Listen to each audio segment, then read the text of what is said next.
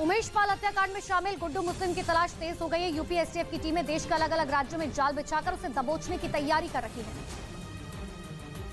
लेकिन उसकी दगाबाजी के किस्सों की भी चर्चा होने लगी है। पुलिस के मुताबिक गुड्डू मुस्लिम अतीक से पहले जिन जिन लोगों के साथ रहा, अपने फायदे के लिए उसने उनसे धोखा किया। 1996 में लखनऊ में फैजाबाद के हिस्ट्री शीटर सत्येंद्र सिंह की गैंग में शामिल हुआ।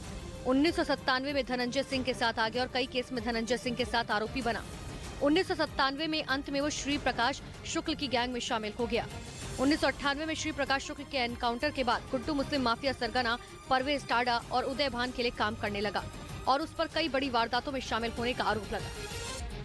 लेकिन गुड्डू मुस्लिम जेल की सलाखों के पीछे जाने से बचता रहा। बाद में उसने परवेज टाडा और उदय भान का भी साथ छोड़ दिया और 2001 में पूर्वांचल के माफिया सरगना मुख्तार अंसारी की गैंग में शामिल हो गया। 2001 में गोरखपुर पुलिस उसे पटना के बेऊर जेल के पास से उसे गिरफ्तार किया गया, जिसके बाद अतीक अहमद ने उसे जेल से छुड़वाया। 2005 में गुड्डू मुस्लिम का नाम अतीक अहमद के साथ विधायक राजू पाल की हत्या में सामने आया। उसके बाद इस साल 24 फरवरी को राजू पाल हत्याकांड के गवाह उमेश पाल की हत्या में वो अतीक के बेटे असद के साथ शामिल हुआ और बम फेंकता नजर आया। इस हत्याकांड के बाद से ही वो फरार चल रहा है। उमेश पाल हत्याकांड से जुड़ी हुई इस वक्त की बहुत बड़ी खबर सामने आ रही है। सूत्रों के मुताबिक अब तक की जांच में हत्या की साजिश में बड़ा पर्दाफाश हुआ है। 10 से 12 फरवरी को शूटर्स उत्तर प्रदेश में इन्वेस्टर्स समिट के दौरान ही हत्या करना चाहते थे, ताकि भारत की अंतर्राष्ट्रीय स्तर पर भारत की जो छवि है, जो साख है, वो खराब हो सके। इस हत्या के लिए सभी शूटर अतीक के चकिया वाले घर पर रुके हुए थे, जिसमें उमेश पाल की हत्या के A, B, C और D प्लान तैयार किए गए और प्लान D के मुताबिक हत्याकांड को अंजाम दिया गया था।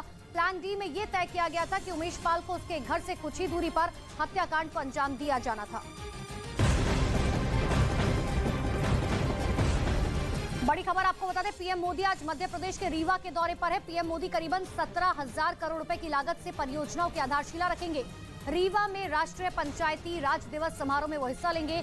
रीवा से दरअसल चलने वाली ट्रेन को वर्चुअली हरी झंडी दिखाने के अलावा कई रेल योजनाओं का शिलान्यास और लोकार्पण पीएम की तरफ से किया जाएगा।